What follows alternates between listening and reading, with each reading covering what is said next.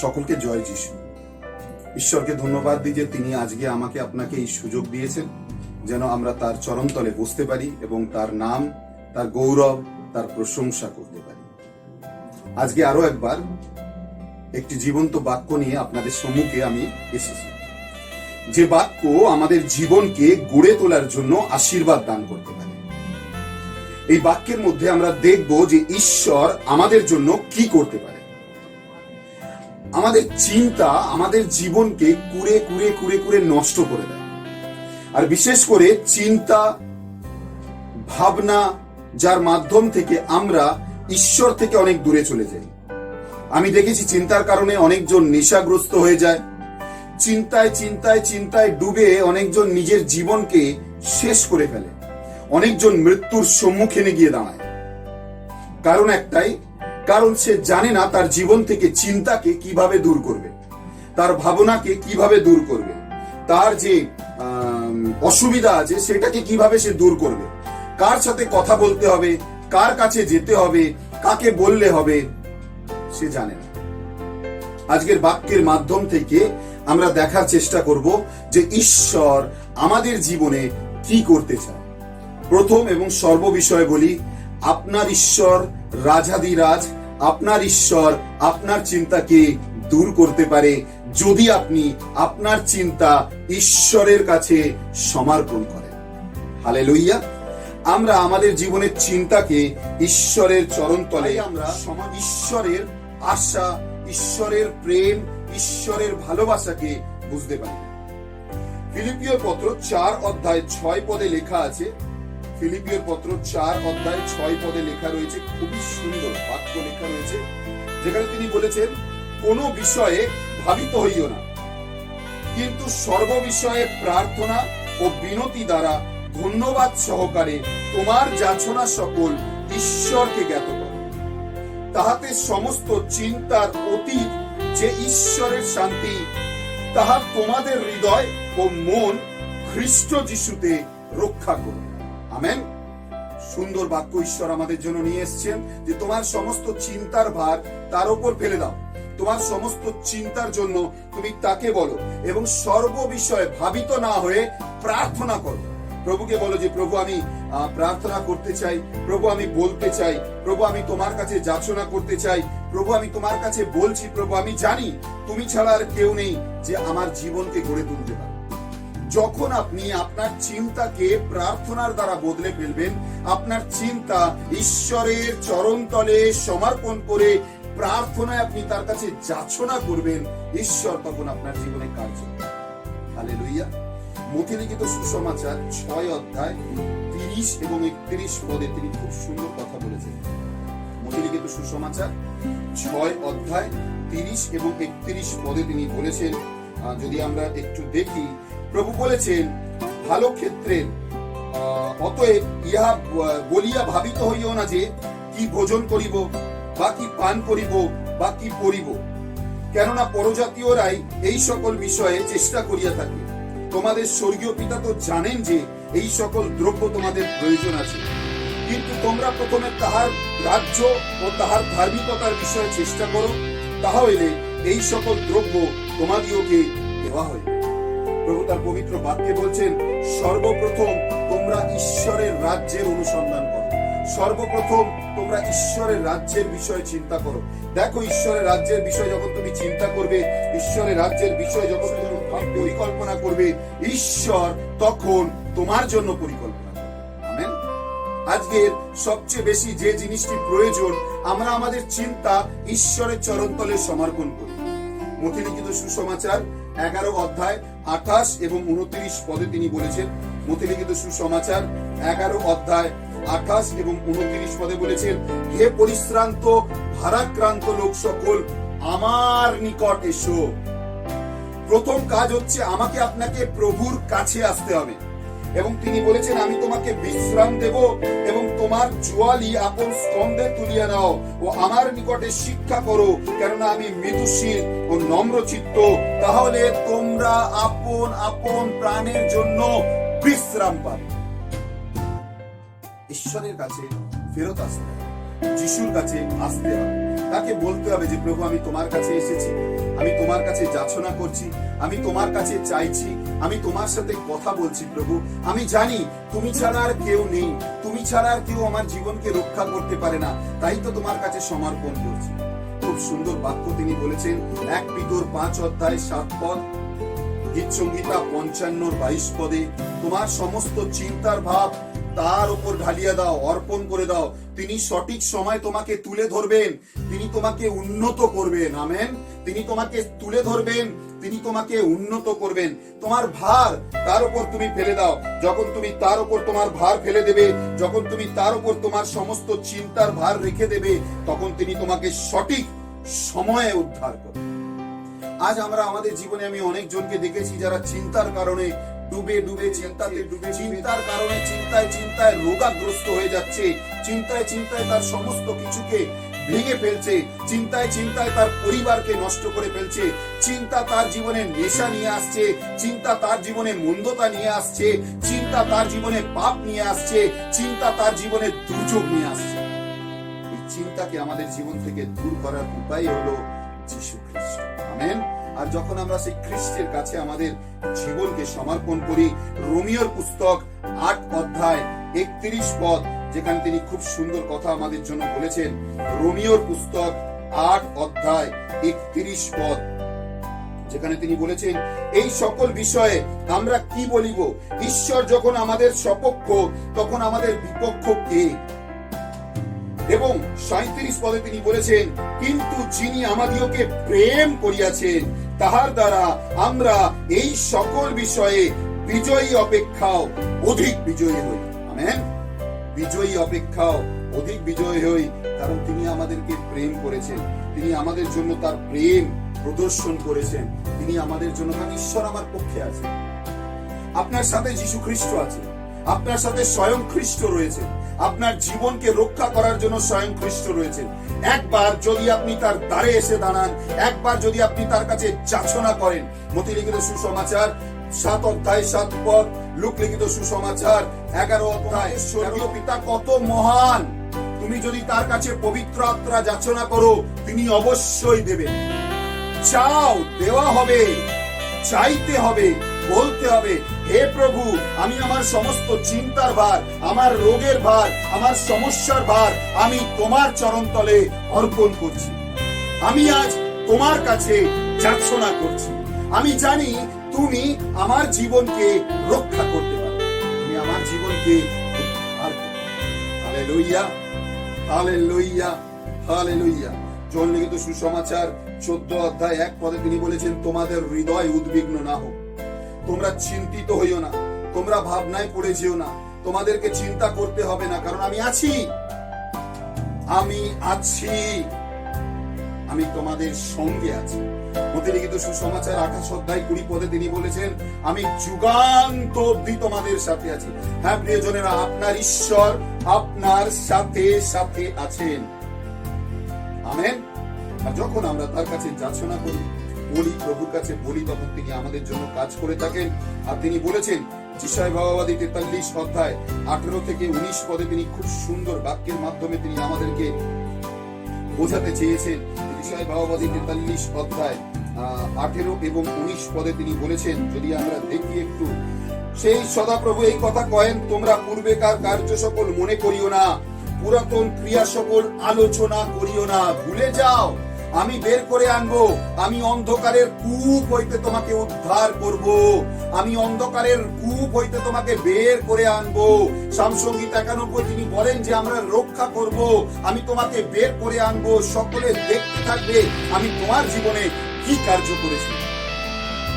প্রিয়জনেরা, আজ আপনার চিন্তা হয়তো আপনার জীবনে অনেক বড় হয়ে গেছে, আপনি হয়তো রোগাগ্রস্ত, তার জন্য চিন্তিত, আপনি আপনার পরিবার, আপনার ছেলে মেয়ে, আপনার স্বামী, আপনার স্ত্রী, আপনার সমস্ত কিছু নিয়ে আপনি চিন্তিত। বিশেষ করে হয়তো আপনার ফাইন্যান্সিয়াল, অর্থনৈতিক দিক দিয়ে আপনি অনেক চিন্তিত। ঠিক আছে, এই সমস্ত কি আপনি প্রভুকে বলেছেন? এই সমস্ত কি আপনি প্রভুর সাথে কথা বলেছেন? যাকোবের পত্র 4 অধ্যায় 8 পদে লেখা রয়েছে, তুমি যিশুর নিকটবর্তী হও, যিশু তোমার নিকটবর্তী হবে। আপনি কি খ্রিস্টের নিকটবর্তী হয়েছেন? আপনি কি খ্রিস্টের সাথে কথা বলেছেন? আপনি কি প্রভুকে বলেছেন যে প্রভু আমি তোমার নিকটবর্তী হব? আর তিনি বলছেন দেখো আমি এক নতুন কার্য করব, তাহাতে এখনই অঙ্কুরিত হইবে, তোমরা কি তাহা জানিবে না? এমন কি আমি প্রান্তরের মধ্যে পথ ও মরুভূমির মধ্যে নদ নদী করিয়া দেব।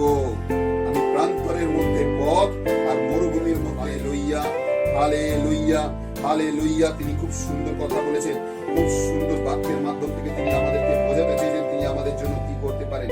গীত সংহিতা 62:5 পদে বলেছেন যে হে মন, ঈশ্বরের সামনে চুপচাপ থাকো, কেননা আমার আশা ঈশ্বরেতে আছে, আমার আশা ঈশ্বরেতে আছে। আর সেই অধ্যায়ের 8 পদে তিনি বলেছেন হে লোক তোমরা সকলে, বিষয়বাদী 62:8 পদ যদি আমরা দেখি, সেখানে তিনি খুব সুন্দর বাক্যের মাধ্যমে আমাকে আপনাকে বলতে চেয়েছেন যে আমরা প্রভুর কত নিকটবর্তী হতে পারি। হে লোক সকল, সতত তাহাতে নির্ভর করো, তাহার সম্মুখে তোমাদের মনের কথা ভাঙিয়া বলো, ঈশ্বরই আমাদের আশ্রয়। কেবল তিনি মম শৈল, মম পরিত্রাণ, তিনি মম উচ্চ দুর্গ, আমি অতিশয় বিচলিত হইব না। আমি ভয়ে ডরে যাব না, আমার চিন্তার জন্য আমি ডুবে যাব না। আমি প্রভুর কাছে যাচনা করব, আমি প্রভুর কাছে বলবো, আমি বলবো প্রভুকে যে প্রভু আমি তোমার কাছে এসেছি, আমি প্রভু তোমার কাছে যাচনা করছি, আমি প্রভু তোমার কাছে চাইছি। হে আমার নাথ, হে আমার ঈশ্বর, তুমি আমার প্রতি দয়া করো। হে আমার নাথ, হে আমার ঈশ্বর, তুমি আমার প্রতি দয়া করো। আমি তোমার কাছে এসেছি, তুমি আমার প্রতি কার্য করো। গীত সংহিতা 31:24 তিনি বলেছেন যারা তার উপর আশা রাখে, যারা তার উপর ভরসা রাখে, তিনি তাদের হৃদয়কে দৃঢ় করেন, তিনি তাদের হৃদয়কে দৃঢ় করেন, তিনি তাদের হৃদয়কে দৃঢ় করেন, তিনি তাদেরকে রক্ষা করেন এবং তিনি তাদের জীবনে কার্য করেন। প্রিয়জনেরা, ঈশ্বরের কাছে আমাদেরকে আসতে হবে, আমাদেরকে তার কাছে যাচনা করতে হবে। যখন আমরা তার কাছে যাচনা করি, যখন আমরা তার কাছে এসে বলি, যখন আমরা প্রভুকে বলি যে প্রভু আমি তোমার কাছে এসেছি, প্রভু আমার প্রার্থনার বিনতি অনুরোধ আমি তোমার কাছে নিয়ে এসেছি, প্রভু আমি চাই তুমি আমার জীবনে কার্য করো, প্রভু আমি চাই তুমি আমার জন্য কি করবে। যিশায়া ভাববাদী 38 অধ্যায় দেখুন, রাজা হিজকিয়র জীবনী দেখুন। সবচেয়ে বড় চিন্তা তার জীবনে, যখন যিশায়া ভাববাদী এসে বলেছিল যে তোমার মৃত্যু অনিবার্য, সে চিন্তিত হয়ে পড়েছিল, কিন্তু সে যিশুর চরণতলকে ছাড়েনি। সে ইয়োবা ঈশ্বরের চরণতলে বসে প্রার্থনা, আরাধনা আর স্তুতি করতে আরম্ভ করলো। আর যখন সে প্রার্থনা করতে আরম্ভ করলো, প্রভু তাকে রক্ষা করলেন, প্রভু তার জীবনকে বের করে আনলেন, প্রভু তার জীবনে অনুগ্রহের আত্মা ঢেলে দিলেন এবং প্রভু তার জীবনের আয়ুকে 15 বৎসর বৃদ্ধি করলেন। আমেন। আমরা যখন তার কাছে ফেরত আসি, আমরা যখন তার কাছে চাই, তখন তিনি আমাদের জীবনে কাজ করেন। কিন্তু আমাদেরকে তার কাছে আসতে হবে, আমাদের সমস্ত চিন্তা তার চরণতলে তুলে ধরতে হবে।